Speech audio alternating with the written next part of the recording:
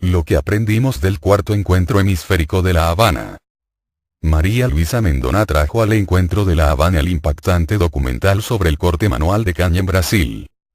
En una síntesis que elaboré, como en la reflexión anterior, con párrafos y frases del original, la esencia de lo que María Luisa expresó fue lo siguiente.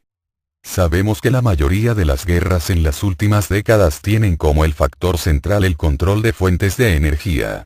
El consumo de energía es garantizado a sectores privilegiados, tanto en los países centrales como en países periféricos, mientras la mayoría de la población mundial no tiene acceso a los servicios básicos. El consumo per cápita de energía en Estados Unidos es de 13.000 kilowatts, mientras el promedio mundial es de 2.429 y en América Latina el promedio es de 1.601. El monopolio privado de fuentes de energía es garantizado por cláusulas en acuerdos de libre comercio bilaterales o multilaterales. El papel de los países periféricos es producir energía barata para los países ricos centrales, lo que representa una nueva fase de la colonización. Es necesario desmitificar la propaganda sobre los supuestos beneficios de los agrocombustibles. En el caso del etanol, el cultivo y procesamiento de la caña de azúcar contamina los suelos y las fuentes de agua potable, porque utiliza una gran cantidad de productos químicos. El proceso de destilación del etanol produce un residuo que se llama bimasa. Por cada litro de etanol producido, son generados de 10 a 13 litros de bimasa. Una parte de este residuo puede ser utilizado como fertilizante, pero la mayor parte contamina ríos y fuentes de aguas subterráneas. Si Brasil produce 17.000 o 18.000 millones de litros de etanol por año, eso significa que por lo menos 170.000 millones de litros de bimasa se depositan en las regiones de los cañaverales. Imaginen el impacto en el medio ambiente. La quema de la caña de azúcar, que sirve para facilitar la cosecha, destruye gran parte de los microorganismos del suelo, contamina el aire y causa muchas enfermedades respiratorias. El Instituto Nacional de Investigaciones Espaciales de Brasil decreta casi todos los años en São Paulo, que representa el 60% de la producción de etanol en Brasil, una situación de emergencia, porque las quemas han llevado la humedad del aire a niveles extremadamente bajos, entre 13% y 15%. Es imposible respirar en ese periodo en la región de São Paulo donde se cosecha la caña. La expansión de la producción de agroenergía, como sabemos, es de gran interés para empresas de organismos genéticamente modificados o transgénicos, como Monsanto, Syngenta, DuPont, Bass y Bayer. En el caso de Brasil, la empresa Votorantim ha desarrollado tecnologías para la producción de una caña transgénica, que no es comestible, y sabemos que muchas empresas están desarrollando este mismo tipo de tecnología, y como no hay medios para evitar la contaminación de los transgénicos en los campos de cultivos nativos, esta práctica pone en riesgo la producción de alimentos. Con relación a la desnacionalización del territorio brasileño, grandes empresas han adquirido ingenios de caña en Brasil. Bunge, Novo Group, Adam, Dreyfus, además de los megaempresarios George Soros y Bill Gates. Como consecuencia de esto, sabemos que la expansión de la producción de etanol ha generado la expulsión de campesinos de sus tierras y ha creado una situación de dependencia de lo que llamamos la economía de la caña, porque no es que la industria de la caña genere empleos, es lo contrario, genera desempleo, porque esa industria controla el territorio. Eso significa que no hay espacios para otros sectores productivos. Al mismo tiempo, tenemos la propaganda de la eficiencia de esta industria. Sabemos que se basa en la explotación de una mano de obra barata y esclava. Los trabajadores son remunerados por cantidad de caña cortada y no por horas trabajadas. En el estado de São Paulo, que es donde está la industria más moderna entre comillas por supuesto y es el mayor productor del país, la meta de cada trabajador es cortar entre 10 y 15 toneladas de caña por día. Un profesor de la Universidad de Campinas, Pedro Ramos, hizo estos cálculos. En los años 80 los trabajadores cortaban alrededor de 4 toneladas por día y sacaban el equivalente a más o menos $5. Actualmente, para sacar $3 por día, es necesario cortar 15 toneladas de caña. El propio Ministerio del Trabajo en Brasil hizo un estudio en el que dice que antes 100 metros cuadrados de caña sumaban 10 toneladas. Hoy, con la caña transgénica, es necesario cortar 300 metros cuadrados para alcanzar 10 toneladas. Entonces, los trabajadores tienen que trabajar 3 veces más para cortar 10 toneladas. Este patrón de explotación ha causado serios problemas de salud y hasta la muerte a trabajadores. Una investigadora del Ministerio del Trabajo en São Paulo dice que el azúcar y el etanol de Brasil están bañados de sangre, sudor y muerte. El Ministerio del Trabajo en São Paulo, en el año 2005, ha registrado 450 muertes de trabajadores por otras causas, como asesinatos y accidentes, porque el transporte hacia los ingenios es muy precario, y también a consecuencia de enfermedades como paros cardíacos y cáncer. Según María Cristina Gonzaga, que hizo la pesquisa, esta investigación del Ministerio del Trabajo muestra que en los últimos 5 años 1.383 trabajadores de la caña han muerto solamente en el estado de São Paulo. El trabajo esclavo también es común en este sector. Los trabajadores son generalmente migrantes del nordeste o de Minas Gerais, que son seducidos por intermediarios. Normalmente el contrato no es directamente con la empresa, sino a través de intermediarios, que en Brasil los llamamos gatos, que seleccionan mano de obra para los ingenios. En el 2006, la Fiscalía del Ministerio Público inspeccionó 74 ingenios, solamente en São Paulo, y todos fueron procesados. Solo en marzo de 2007, los fiscales del Ministerio del Trabajo rescataron 288 trabajadores en situación de esclavitud en São Paulo. Ese mismo mes, en el estado de Mato Grosso se rescataron 409 trabajadores en un ingenio que produce etanol. Entre ellos había un grupo de 150 indígenas. En esa área del centro del país, en Mato Grosso, hay esta característica de utilizar indígenas en el trabajo esclavo de la caña. Todos los años cientos de trabajadores sufren condiciones semejantes en los cañaverales. ¿Cómo son estas condiciones? Trabajan sin un registro formal, sin equipos de protección, sin agua o alimentación adecuada, sin acceso a baños y con viviendas muy precarias. Además, tienen que pagar por vivienda, por comida, que es muy cara, y necesitan pagar por instrumentos como botas y machetes y, por supuesto, en caso de accidentes de trabajo, que son muchísimos, no reciben el tratamiento adecuado. Para nosotros, la cuestión central es eliminar el latifundio, porque detrás de esta imagen moderna hay un problema central, que es el latifundio en Brasil y, por supuesto, en otros países de América Latina. También es necesaria una política seria de producción de alimentos. Con esto quería presentar un documental que hicimos en el estado de Pernambuco con trabajadores de la caña, que es una de las regiones donde más se produce la caña de azúcar, y así ustedes van a ver realmente cómo son las condiciones. Este documental fue hecho con la Comisión Pastoral de la Tierra en Brasil y con sindicatos de trabajadores forestales del estado de Pernambuco. Así concluye su intervención la destacada y aplaudida dirigente brasileña. A continuación expongo las opiniones de los cortadores de caña, contenidas en el material fílmico entregado por María Luisa. Cuando en el documental no aparecen identificadas las personas, se indica su condición de hombre, mujer o joven. No las incluyó todas por su extensión. Severino Francisco da Silva, cuando tenía 8 años, mi padre se mudó al ingenio del Junco. Y cuando llegué, yo estaba por cumplir 9, mi padre empezó a trabajar, y yo ataba la caña con él. Trabajé unos 14 o 15 años en el ingenio del Junco. Una mujer, hace 36 años que vivo aquí en este ingenio. Me casé aquí y tuve 11 hijos. Un hombre, hace muchos años que trabajo en el corte de la caña, no sé ni contar. Un hombre, empecé a trabajar con 7 años y mi vida es cortar caña y desmalezar. Un joven, nací aquí, tengo 23 años, desde los 9 años corto caña. Una mujer, trabajé 13 años aquí en la planta Salgado. Yo sembraba caña, sembraba fertilizante, limpiaba caña, hierba. Severina aconsejó, todos estos trabajos del campo yo los sé hacer. Sembrar fertilizante, sembrar caña.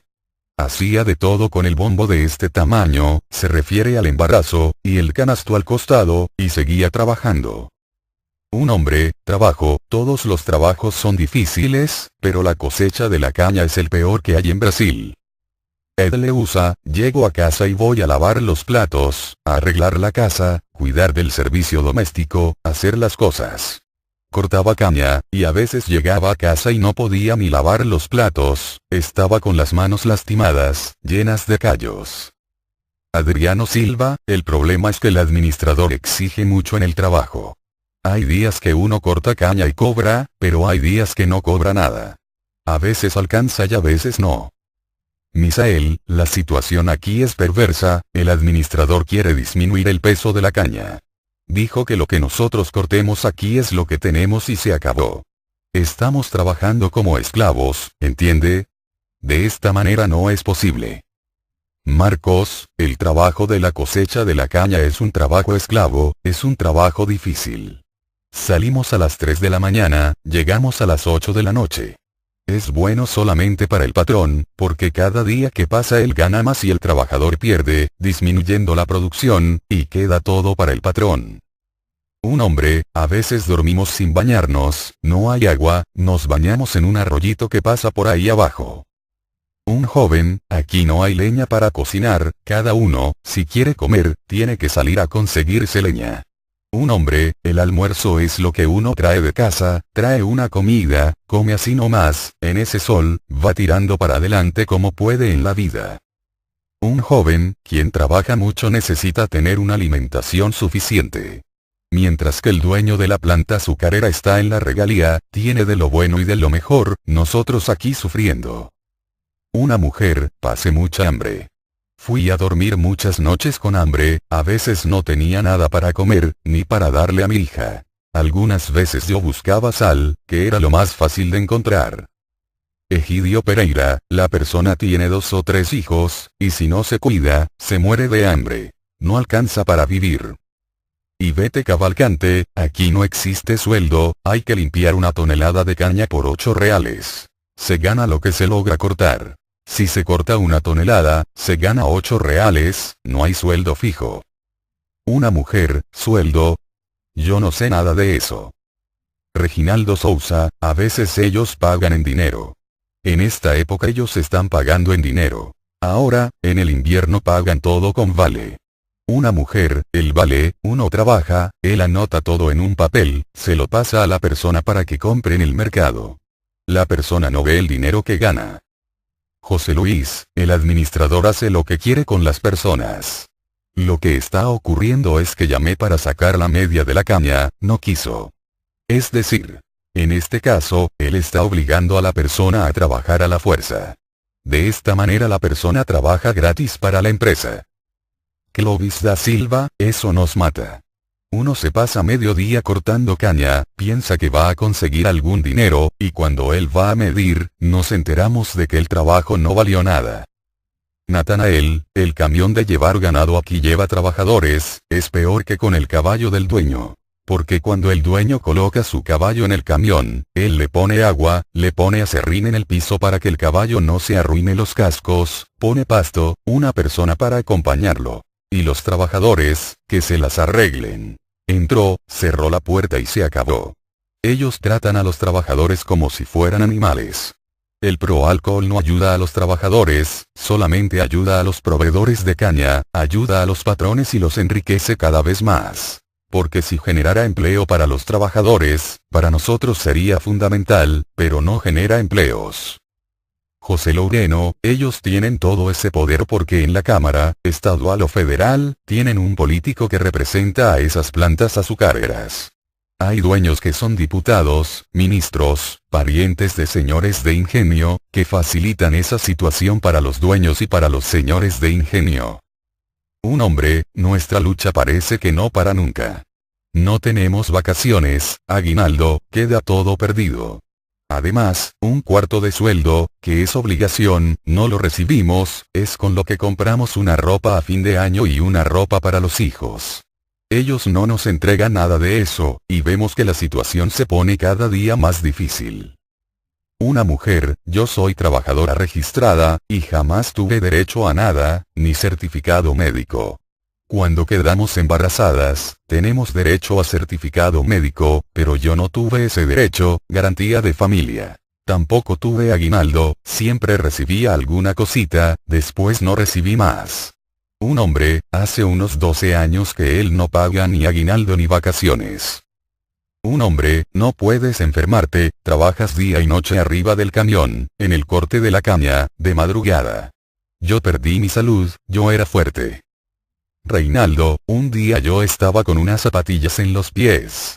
Cuando di un golpe de machete para cortar la caña, me dio en el dedo, me cortó, terminé el trabajo y me vine para casa.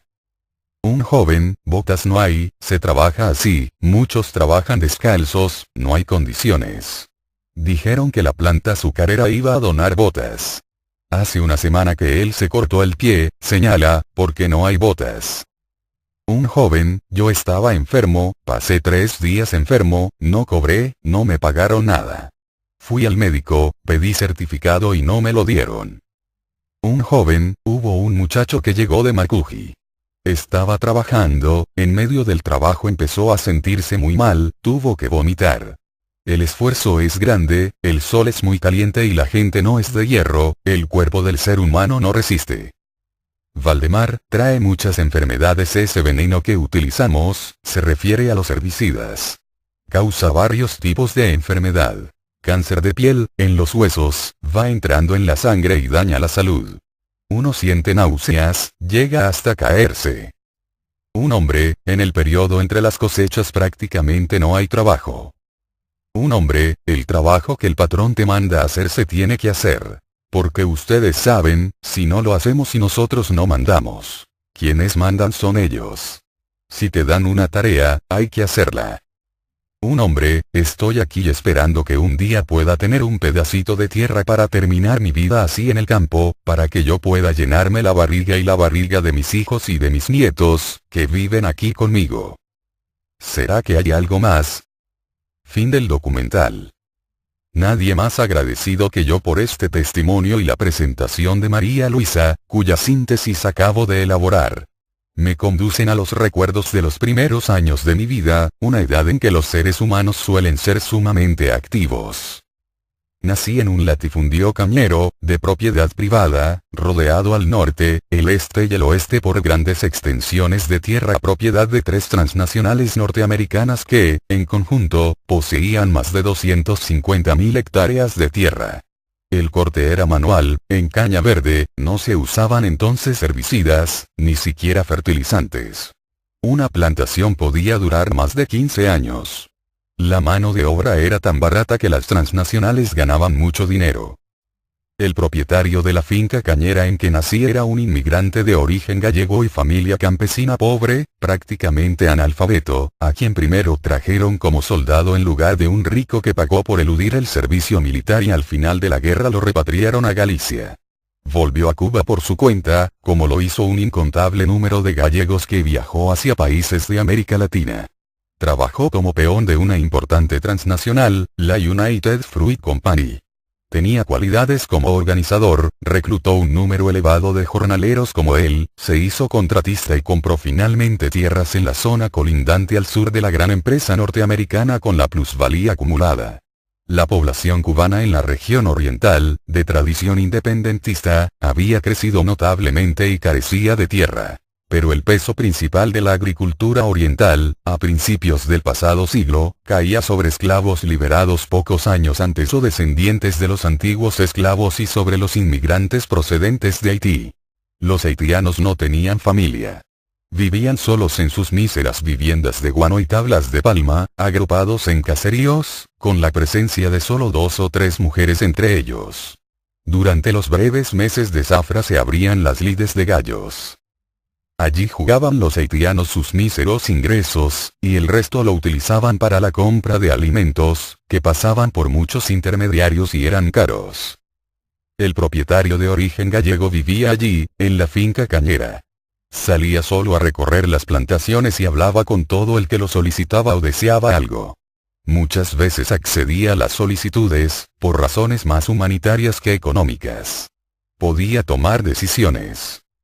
Los administradores de las plantaciones de la United Fruit Company eran norteamericanos cuidadosamente seleccionados y bien remunerados. Vivían con sus familias en regias mansiones, en lugares escogidos. Eran como dioses distantes, que los hambrientos trabajadores mencionaban con respeto. No se les veía nunca en los cortes, donde actuaban los subordinados suyos. Los dueños de las acciones de las grandes transnacionales vivían en Estados Unidos o en cualquier parte del mundo. Los gastos de las plantaciones estaban presupuestados y nadie podía elevarlos un centavo. Conozco muy bien la familia del segundo matrimonio del inmigrante de origen gallego con una joven campesina cubana muy pobre que, como él, no pudo asistir a una escuela. Era muy abnegada y sumamente consagrada a la familia y a las actividades económicas de la plantación. Los que en el exterior lean estas reflexiones por internet se sorprenderán al conocer que ese propietario era mi padre. Soy el tercer hijo de los 7 de ese matrimonio, que nacimos en la habitación de una casa de campo, muy lejos de cualquier hospital, asistidos por la misma partera, una campesina dedicada en cuerpo y alma a su tarea, que solo contaba con sus conocimientos prácticos. Aquellas tierras fueron todas entregadas al pueblo por la revolución. Solo me resta añadir que apoyamos totalmente el decreto de nacionalización de la patente a una transnacional farmacéutica para la producción y comercialización en Brasil de un medicamento contra el SIDA, el Efavirenz, de precio abusivamente alto, igual que otros muchos, así como también la reciente solución mutuamente satisfactoria del diferendo con Bolivia sobre las 2 refinerías de petróleo. Reitero que sentimos profundo respeto por el hermano pueblo de Brasil. Fidel Castro Ruz 14 de mayo del 2007, 5:12 p.m. Lo que aprendimos del cuarto encuentro hemisférico de La Habana. María Luisa Mendona trajo al encuentro de La Habana el impactante documental sobre el corte manual de caña en Brasil. En una síntesis que elaboré, como en la reflexión anterior, con párrafos y frases del original, la esencia de lo que María Luisa expresó fue lo siguiente. Sabemos que la mayoría de las guerras en las últimas décadas tienen como el factor central el control de fuentes de energía. El consumo de energía es garantizado a sectores privilegiados, tanto en los países centrales como en países periféricos, mientras la mayoría de la población mundial no tiene acceso a los servicios básicos. El consumo per cápita de energía en Estados Unidos es de 13.000 kilowatts, mientras el promedio mundial es de 2.429 y en América Latina el promedio es de 1.601. El monopolio privado de fuentes de energía es garantizado por cláusulas en acuerdos de libre comercio bilaterales o multilaterales. El papel de los países periféricos es producir energía barata para los países ricos centrales, lo que representa una nueva fase de la colonización. Es necesario desmitificar la propaganda sobre los supuestos beneficios de los agrocombustibles. En el caso del etanol, el cultivo y procesamiento de la caña de azúcar contamina los suelos y las fuentes de agua potable, porque utiliza una gran cantidad de productos químicos. El proceso de destilación del etanol produce un residuo que se llama bimasa. Por cada litro de etanol producido, son generados de 10 a 13 litros de bimasa. Una parte de este residuo puede ser utilizado como fertilizante, pero la mayor parte contamina ríos y fuentes de aguas subterráneas. Si Brasil produce 17.000 o 18.000 millones de litros de etanol por año, eso significa que por lo menos 170.000 millones de litros de vinaza se depositan en las regiones de los cañaverales. Imaginen el impacto en el medio ambiente. La quema de la caña de azúcar, que sirve para facilitar la cosecha, destruye gran parte de los microorganismos del suelo, contamina el aire y causa muchas enfermedades respiratorias. El Instituto Nacional de Investigaciones Espaciales de Brasil decreta casi todos los años en São Paulo, que representa el 60% de la producción de etanol en Brasil, una situación de emergencia, porque las quemas han llevado la humedad del aire a niveles extremadamente bajos, entre 13% y 15%. Es imposible respirar en ese periodo en la región de São Paulo donde se cosecha la caña. La expansión de la producción de agroenergía, como sabemos, es de gran interés para empresas de organismos genéticamente modificados o transgénicos, como Monsanto, Syngenta, DuPont, Bayer y Bayer. En el caso de Brasil, la empresa Votorantim ha desarrollado tecnologías para la producción de una caña transgénica, que no es comestible, y sabemos que muchas empresas están desarrollando este mismo tipo de tecnología, y como no hay medios para evitar la contaminación de los transgénicos en los campos de cultivos nativos, esta práctica pone en riesgo la producción de alimentos. Con relación a la desnacionalización del territorio brasileño, grandes empresas han adquirido ingenios de caña en Brasil. Bunge, Novo Group, Adam, Dreyfus, además de los megaempresarios George Soros y Bill Gates.